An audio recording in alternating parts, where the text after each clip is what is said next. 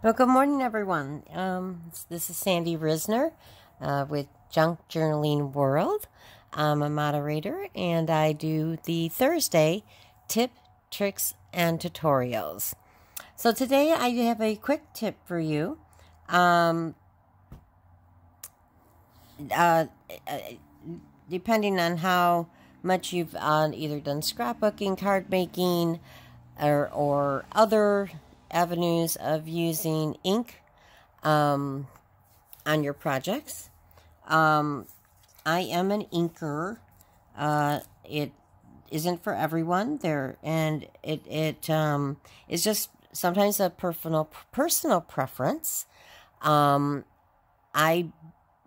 Majority of my projects I do ink. Some of it is to obviously give a distressed look, while other times it's I don't like here example I have a journal card. This was from the masterboard project that we had a week or two ago on our fun Sunday. So check that out. On Sundays we have an event. It's not a swap or anything like that. It's just we show you a project that you can make for yourself, keep for yourself, and hopefully learn some techniques and other value. But on a lot of them, I don't like the white core showing on my project. And sorry, let me pull that away. I'm trying to keep the reflection off.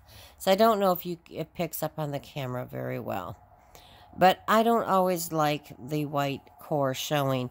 Now, most of my journal cards and tags, I use old file folders, thinner types, or even cardstock.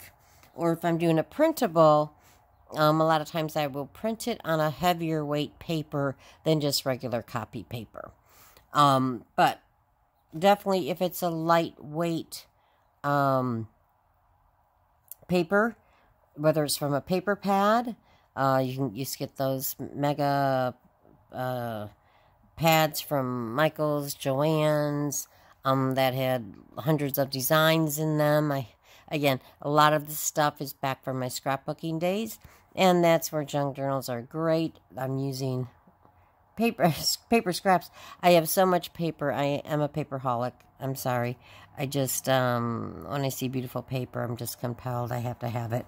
But I do a lot with my pattern paper that I either ended up not making. Sorry, it's my dog.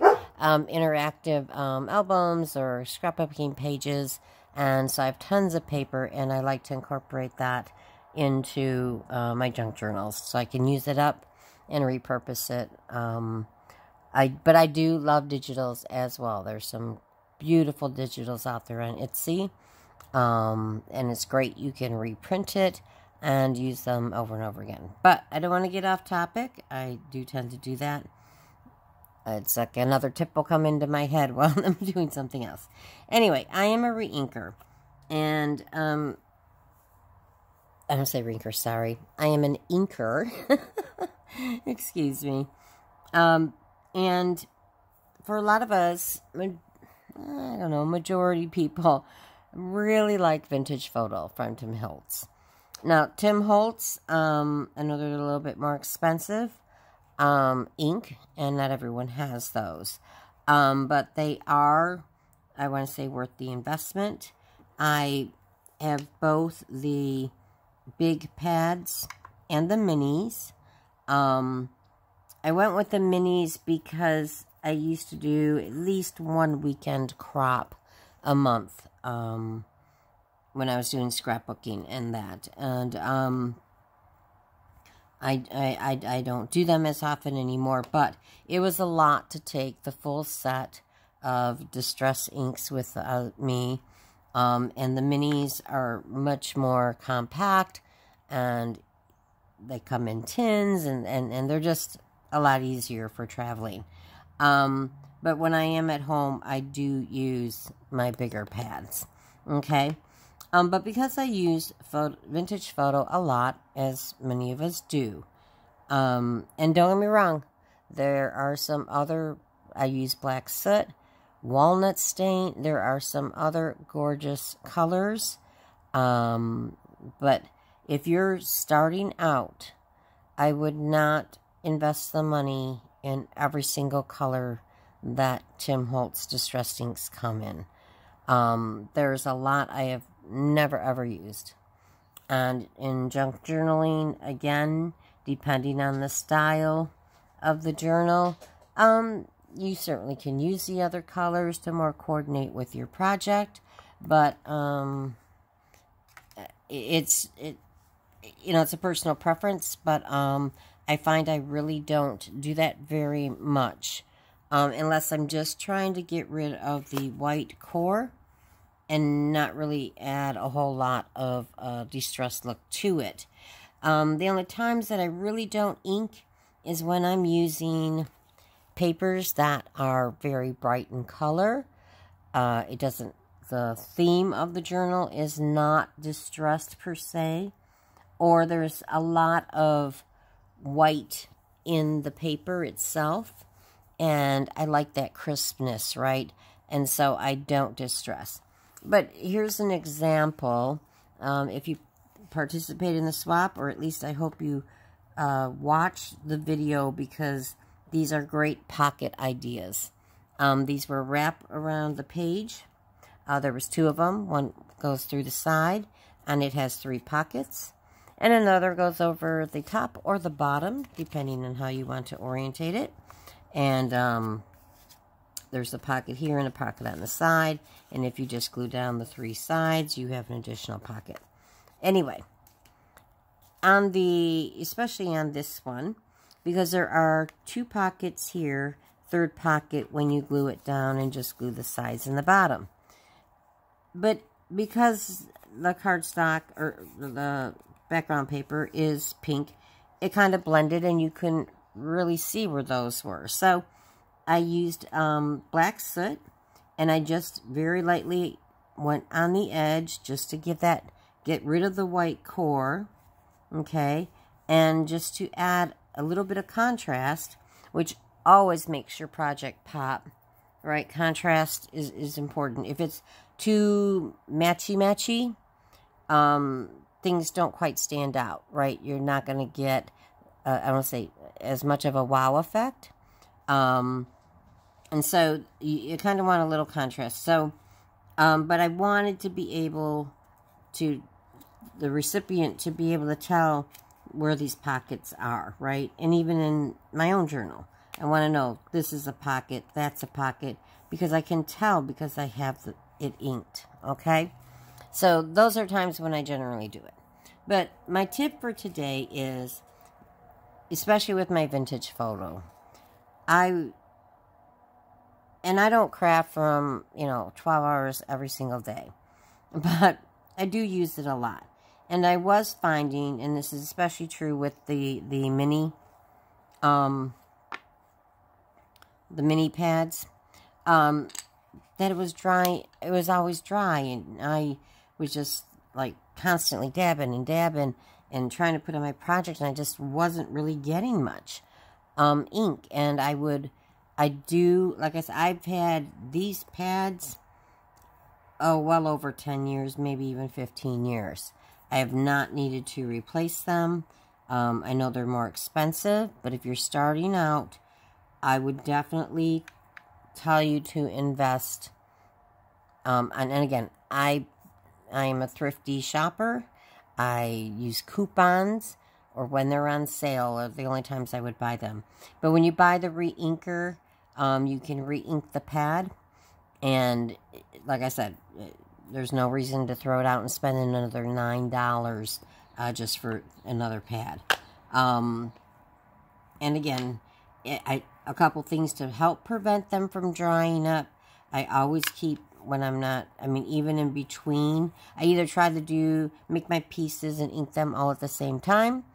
If I don't do that, I always make sure I put the lid back on my ink pad. Another thing to help with prevent your inks from drying out is to store them upside down. Okay, that will keep the ink, gravity is going to pull the ink down to the surface, right? But I was re-inking and re-inking and re-inking, and then for a while the re-inkers were out of stock everywhere. Nobody could get them.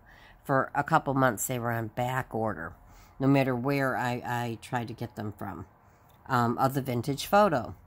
But I was going through the re-inking like crazy, and I'm like, I know there's got to be ink in there, but yet I'm not getting much out, and it's taking me much longer and longer to get projects done, and I wasn't really getting the effect that I wanted. I would put a big puddle of ink, making sure I got the corners, the sides. I even started tilting it and doing it on the sides of the pad. And I would let it sit overnight so it absorbed in there real well. And I still would end up, having dry pads, or just not being able to get the ink. So one thing about Tim Holtz Distressed Inks, both the Oxide and the original Distressed Ink, is that they are a water-based ink. Okay? That means they're going to react to water. So when your pad dries up, the ink is still in there. It's just dry at the moment. And you can reactivate it and get your ink to flow, or again, you're reactivating it. And I don't have a better word for it. And so once I found out this trick, I haven't had to re-ink my pad in a while. But like I said, the last time I really inked it really well, I felt like I used half a bottle of the re-inker, and a couple of days later again. And I know, like I said, I put my lid on it to try to keep it, as moist as possible, and so on. So my trick today is, and sometimes I throw little other tips and tricks in along the way, just because while I'm there doing it.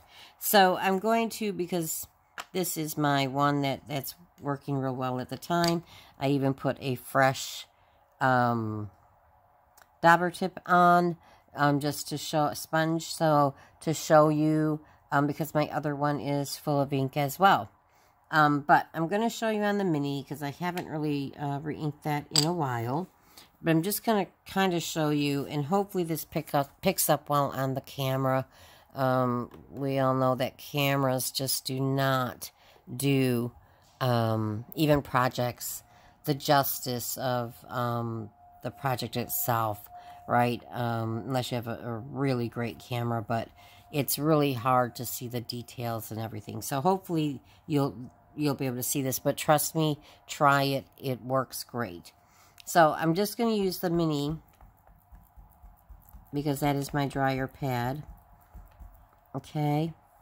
And you can see the amount of ink that's coming off. It's not very much. And I'm dabbing and dabbing and dabbing, trying to get as much ink right as I can. I'm going to show you on white, and then maybe a book page.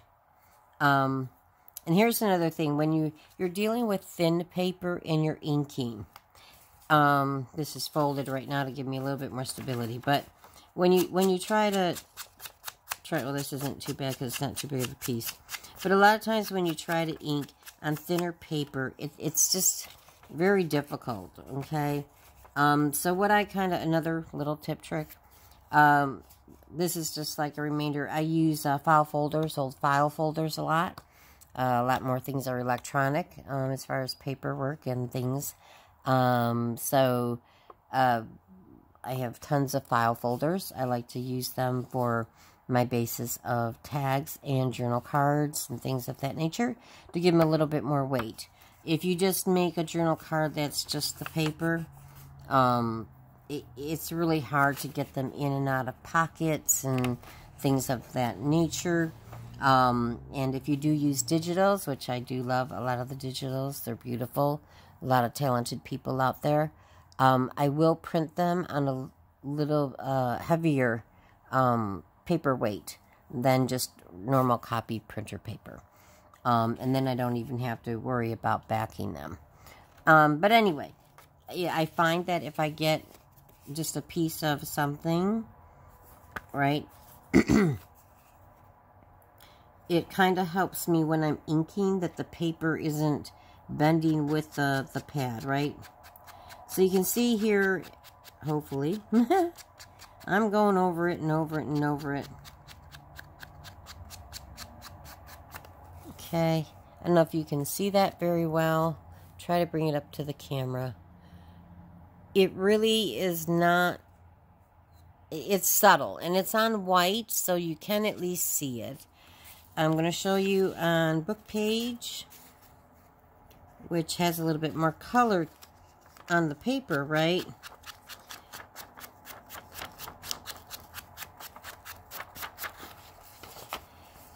Can you, I mean, it's really not giving, it's a very, so subtle, and I really wanted something more.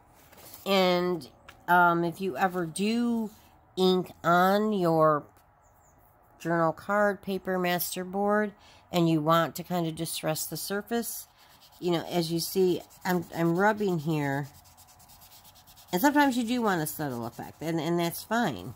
But I don't even know if you can even see the color. It is really, really light, okay? I have re-inked and re-inked and re-inked, and still it was just a day or two later not working. Another, if I didn't mention it already, I try to keep my pads covered in between uses. I either like wait and do all my tags and journal cards and that, but it's all even the little pieces, right? I try to ink everything up at the same time if I can. Otherwise, I make sure I put my lid up on to make sure it doesn't dry out.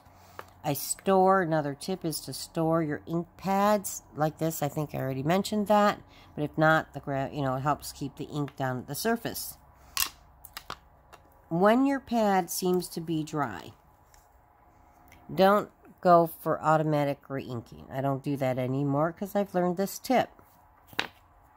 Since both the oxide and the regular distress inks from Tim Holtz are water soluble, all you need to do is spritz. And I just have a little water bottle, right, with, it's just water. Now again, when you go to do this, please make sure that your project is not near this, because the overspray, it will get on your paper and warp your paper, or if you already have some ink on that, will activate it and it will spread out a lot more than what you want. And I will do a tutorial on inks, the differences between the oxide and the regular distress inks, and the effects and what their purposes are, and maybe some other inks as well. We'll get into that. But if it's an alcohol, if you're using something other than Tim Holtz, and it's water soluble or water based, this should still work on those. This is not just a Tim Holtz only tip, okay? And I'm not trying to promote Tim Holtz. I just know that a lot of people use Tim Holtz. His colors and all of that, and the product itself are always of great quality. If it's an alcohol base ink pad, this will not work, and it might even ruin your pad. So always check and make sure that you're not using water on the alcohol base pad. I don't know what it would do to it, and now, hey, there's the potential that you could use alcohol instead of water on an alcohol-based ink. But I don't know because I've never done it. If your pad is totally dry and there's no re-inkers, because it's not a product line that sells re-inkers, if you buy ink pads like from the dollar store and places like that, once it dries up, you can't really use it anymore unless you can reactivate it. And I don't even know, on some of them there isn't really a brand name that you can even, and it may not even say on the back if it's a water-based or alcohol-based ink that you could. But hey, if you're going to have to throw it out anyway, and it's an alcohol base, you know, take alcohol to it. Same idea, put it in a little spray bottle, Mr. Spritzer, and try it out and see if it works for you. Because you got nothing to lose at that point.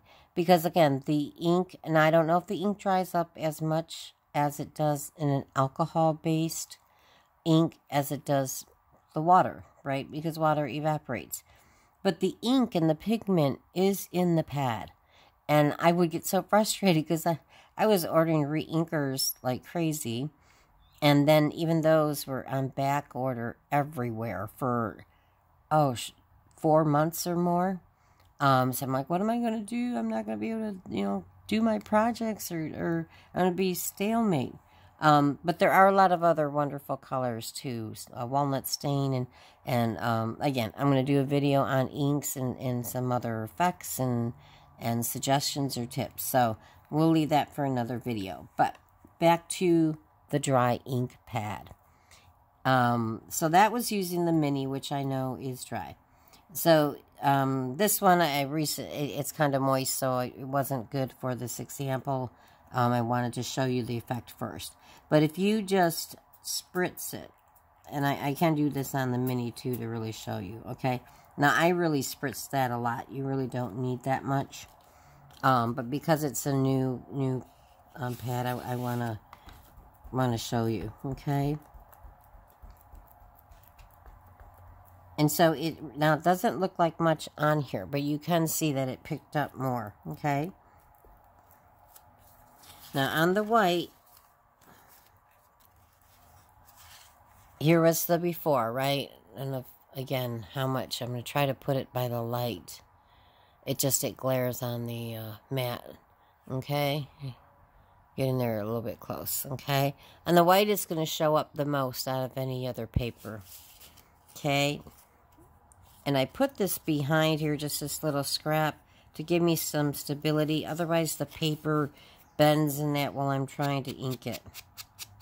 Now, I'm just barely tapping. Can you see the difference? Can you see how much more ink easily comes off compared to this over here?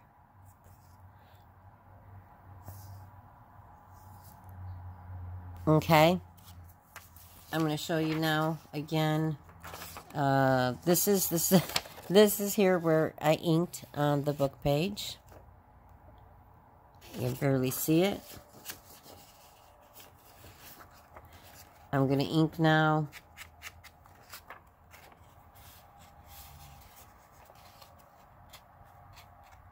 Line that up a little bit.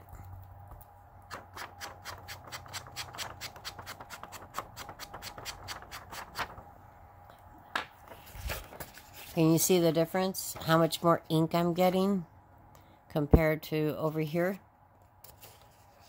Now, sometimes you don't want a really big effect, right?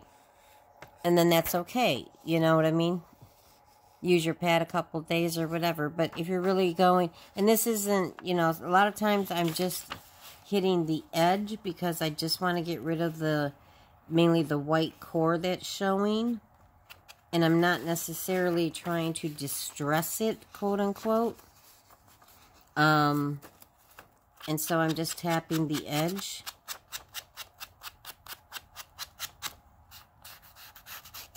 Sometimes I just run it along there because, again, the more you angle or flatten your dauber, the more area you're going to cover, okay?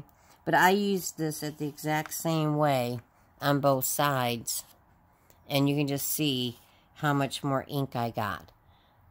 This was really slowing me down. I was spending so much time banging, going over it and going over it and going over it and going over it.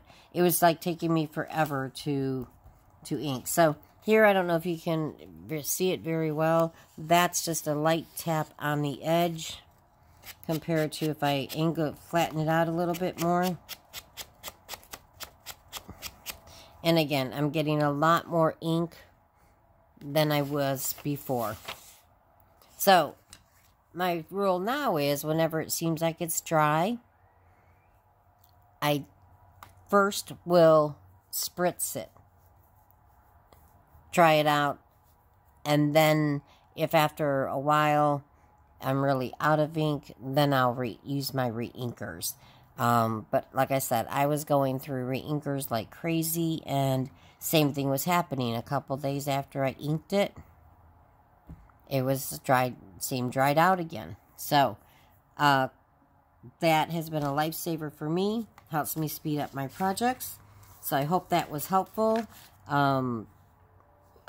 Again, it should work on any water-based ink, not just Tim Holtz, okay? The other thing, too, as your dauber gets filled up, you can also just spritz your dauber because there's ink in there as well, okay?